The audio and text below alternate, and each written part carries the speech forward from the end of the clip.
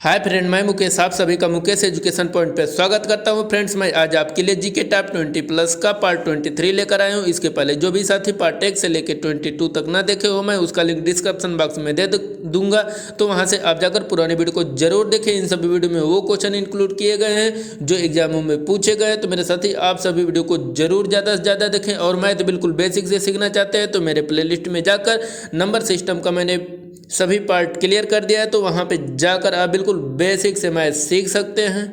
और जो भी मैंने वीडियो बनाया है वहाँ पे जाकर आप पूरे वीडियो को देख सकते हैं। चले फ्रेंड्स, वीडियो को स्टार्ट करते हैं। और हाँ मेरे साथी, अगर आप पढ़ाई के क्षेत्र में आ गए हैं, कंपटीशन की तैयारी करना चाहते हैं, तो आप सभी को रेगुलरिटी बनाना बहुत ज़रूरी है। ऐसा नहीं कि जैसे 2 दिन किए फिर 4 दिन आराम कर लिए, फिर 4 दिन किए फिर 10 दिन आराम कर। तो मेरे साथी, इस तरीके से करने से आपको अपने लक्ष्य की प्राप्ति नहीं हो पाएगी। अगर आपको अपने लक्ष्य को प्राप्त करना है तो लगातार आप लोग पढ़ाई करते रहिए। अगर आप लोग लगातार पढ़ाई करते हैं तो एक न एक दिन सफलता जरूर मिलेगी।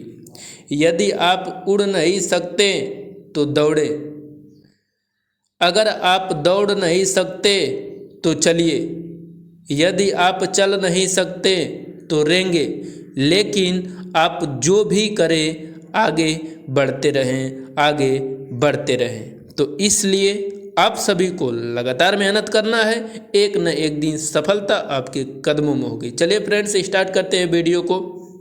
फर्स्ट क्वेश्चन क्या है, देखिए, भारतीय रेल नेटवर्क लगभग कितने स्टेशनों को जोड़ती है? तो है 8000 स्टेशनों को जोड़ती है। अगला क्वेश्चन क्या है, सेकंड नंबर देखिए, WWF का फुल फॉर्म क्या है? तो वर्ल्ड वाइड लाइफ फेडरेशन है, वर्ल्ड वाइड लाइफ फेडरेशन है।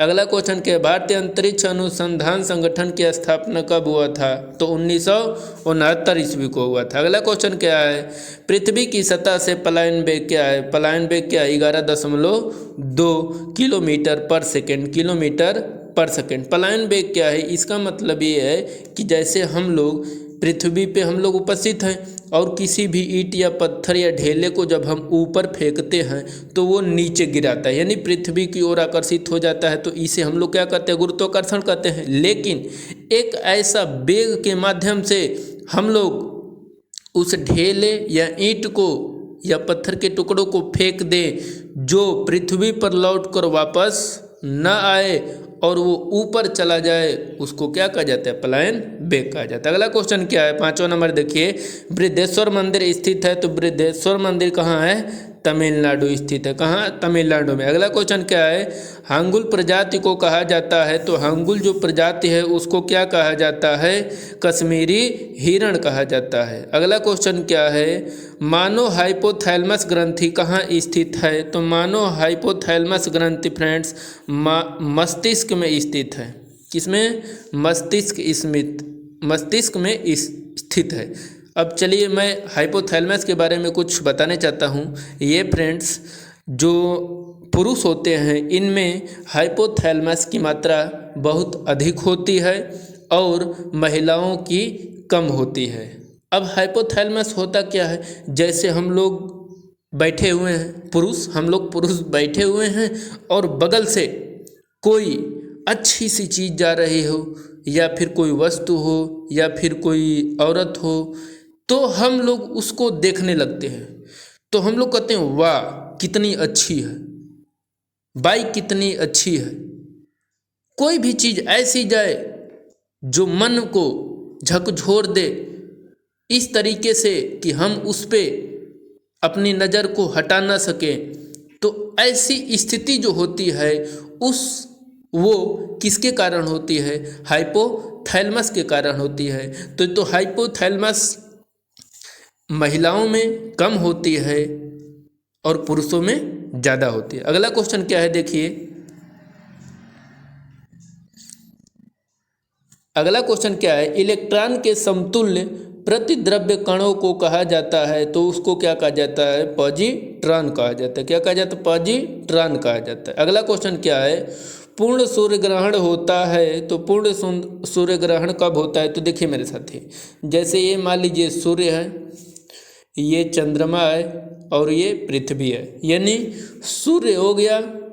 सूर्य जो है सूर्य और पृथ्वी के बीच में जब चंद्रमा आ जाता है तो उस दिन पूर्ण सूर्य ग्रहण होता है, याद रखिएगा।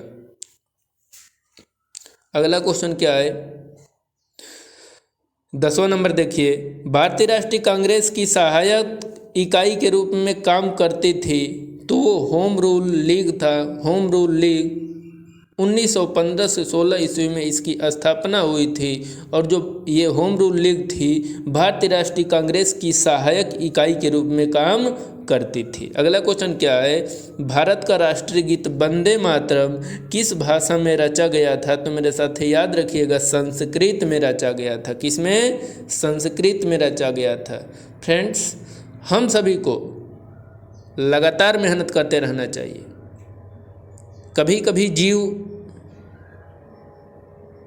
नहीं करता है कि हम लोग पढ़ाई करें, लेकिन फिर भी आप लोग उस समय यह आप सोचिए कि हम लोग इस एरिया में आए हैं तो बिना पढ़ाई के कुछ हो नहीं सकता।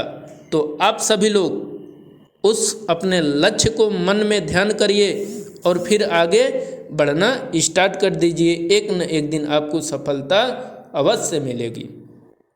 चलिए मेरे साथी, अगला क्वेश्चन क्या है, एप्लेट है तो एप्लेट है एक जावा एप्लीकेशन है। क्या है? जावा एप्लीकेशन है। चलिए अगला क्वेश्चन क्या है, स्वतंत्रता सेनानी लक्ष्मीबाई का मूल नाम क्या था? तो मणिकर्णिका था। क्या? मणिकर्णिका था। अगला क्वेश्चन क्या है, VLSI का फुल फॉर्म क्या है? तो VLSI का फुल फॉर्म क्या है? वेरी लार्ज स्केल इंटीग्रेशन है। वेरी लार्ज स्केल इंटीग्रेशन है।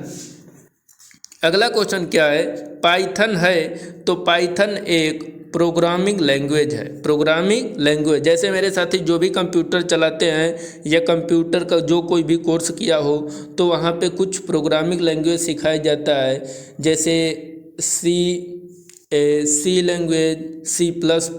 तो इस तरीके से लैंग्वेज होता है तो उनको सिखाया जाता है। तो उसी तरीके से एक पाइथन है तो ये भी क्या है? एक प्रोग्रामिंग लैंग्वेज है। अगला क्वेश्चन क्या है, समुद्री गोंडवाना जीवाश्म पार्क स्थित है तो कहाँ स्थित है? छत्तीसगढ़ है। चलिए अगला क्वेश्चन क्या है, उच्चतम न्यायालय के न्यायाधीश की सेवानिवृत्ति की आयु कितनी होती है? तो उच्चतम न्यायालय जो होता है उसके सेवानिवृत्ति की जो उम्र होती है वो 65 वर्ष होती है। कितने वर्ष होती है? 65 वर्ष होती है। अब देखिए, मान लीजिए किसी उच्चतम न्यायालय का मुख्य न्यायाधीश कोई बन गया। अब मान लीजिए उसका एज 63 है, 63 वर्ष की एज में बना तो उसका 65 वर्ष होते ही वो क्या हो जाएगा? वो सेवानिवृत्त हो जाएगा। तो ये याद रखिएगा, 65 वर्ष या 5 वर्ष। 5 वर्ष तो उसका कार्यकाल होता है, लेकिन अगर वो उसका एज 65 वर्ष पहले कंप्लीट हो जाता है तो वो क्या हो जाएगा? पहले सेवानिवृत्त हो जाएगा। अगला क्वेश्चन क्या है, प्रतिबिंब की ऊंचाई तथा वस्तु की ऊंचाई के अनुपात को कहा जाता है तो उसे क्या कहा जाता है? रेखीय आवर्धन कहा जाता है। क्या कहा जाता है? रेखीय आवर्धन। अगला क्वेश्चन क्या है, जर्मेनियम है तो जर्मेनियम एक अर्ध चालक है। 19 नंबर क्वेश्चन क्या है, जर्मेनियम क्या है? तो जर्मेनियम एक अर्ध चालक है। अगला क्वेश्चन क्या है, MS वर्ड है तो MS वर्ड एक सॉफ्टवेयर है। क्या? MS वर्ड क्या है? एक सॉफ्टवेयर है। जैसे कंप्यूटर में दो चीज़ होती है, एक होती है हार्डवेयर, एक होती है सॉफ्टवेयर। तो हार्डवेयर क्या होता है? हार्डवेयर वो होता है साथी जिसको हम टच कर सकते हैं, छू सकते हैं, है ना, वो क्या होता है? हार्डवेयर। लेकिन सॉफ्टवेयर क्या होता है? जिसे ना तो हम टच कर सकते हैं और ना ही महसूस कर सकते हैं, वो क्या कहलाता है? सॉफ्टवेयर कहलाता है। अगला क्वेश्चन क्या है, नीति आयोग क्या है? तो नीति आयोग का अगर फुल फॉर्म की बात किया जाए तो इसका नीति का आयोग का फुल फॉर्म क्या है? National institute for transforming India है। National institute for transforming India है। और ये जो नीति आयोग है, योजना आयोग की जगह इसको लाया गया है। इसका जो अध्यक्ष होता है वो क्या होता है, वर्तमान पीएम होता है, यानी प्रधानमंत्री। तो इस समय नीति आयोग के अध्यक्ष कौन होंगे बताइए, तो हमारे देश के वर्तमान मंत्री नरेंद्र मोदी होंगे। अगला क्वेश्चन क्या है, भूटान देश का राष्ट्रीय खेल क्या है, तो भूटान देश का राष्ट्रीय खेल जो है वो क्या है, तीरंदाजी है। क्या, तीरंदाजी है। और भारत का राष्ट्रीय खेल क्या है बताइए साथी, क्या है, हॉकी है। और पाकिस्तान का भी हॉकी है। अगला क्वेश्चन क्या है, सत्यमेव जयते निहित है, तो सत्यमेव जयते मुंडक उपनिषद में स्थित है। कहाँ पे, मुंडक उपनिषद में स्थित है। चलिए अब मैं कुछ एक्स्ट्रा क्वेश्चन बताने जा रहा हूँ, तो अगर आप नोट्स बना रहे हैं तो ज़रूर नोट डाउन कर लीजिए। अगला जो मैं नाम बताने जा रहा हूँ कुछ खोजकर्ता हैं उनके नाम बताने जा रहा हूँ, तो आप लोग जरूर नोट डाउन कर लीजिए। जैसे एक है गामा किरण, तो गामा किरणें की खोज किसने किया था, तो बेकुरल ने किया था। एक्स किरणें की खोज रोंटेंजन ने किया था, रोंटेंजन ने किया था। अगला क्वेश्चन क्या है, पराबैंगनी किरणें, तो पराबैंगनी किरणें की खोज रिटर ने किया था। दृश्य किरणें की खोज न्यूटन ने किया था, दृश्य किरणों की खोज न्यूटन ने किया था। औरक्त विकिरण हम लोग नाम सुने होंगे, तो औरक्त विकिरण का खोज कौन किया था, हर्षायल ने किया था। अब देखिए दो तरंगे होते हैं, एक लघु रेडियो तरंगे, एक दीर्घ रेडियो तरंगे। तो लघु रेडियो तरंगों की खोज हेनरिक हर्ट्ज ने किया था, हेनरिक हर्ट्ज ने किया था। और दीर्घ रेडियो तरंगों की खोज मार्कोनी ने किया था, दीर्घ रेडियो तरंगों की खोज मार्कोनी ने किया था। तो मेरे साथी आपको अगर ये वीडियो अच्छी लगी हो तो लाइक शेयर जरूर करिए, और चैनल पे पहली बार विजिट कर रहे हो तो चैनल को सब्सक्राइब जरूर करिए। धन्यवाद। और मेरी सभी वीडियो को जरूर ज़्यादा से ज़्यादा देखें, और पहली बार विजिट कर रहे हो मेरे चैनल पे ज़रूर सब्सक्राइब करिए। धन्यवाद।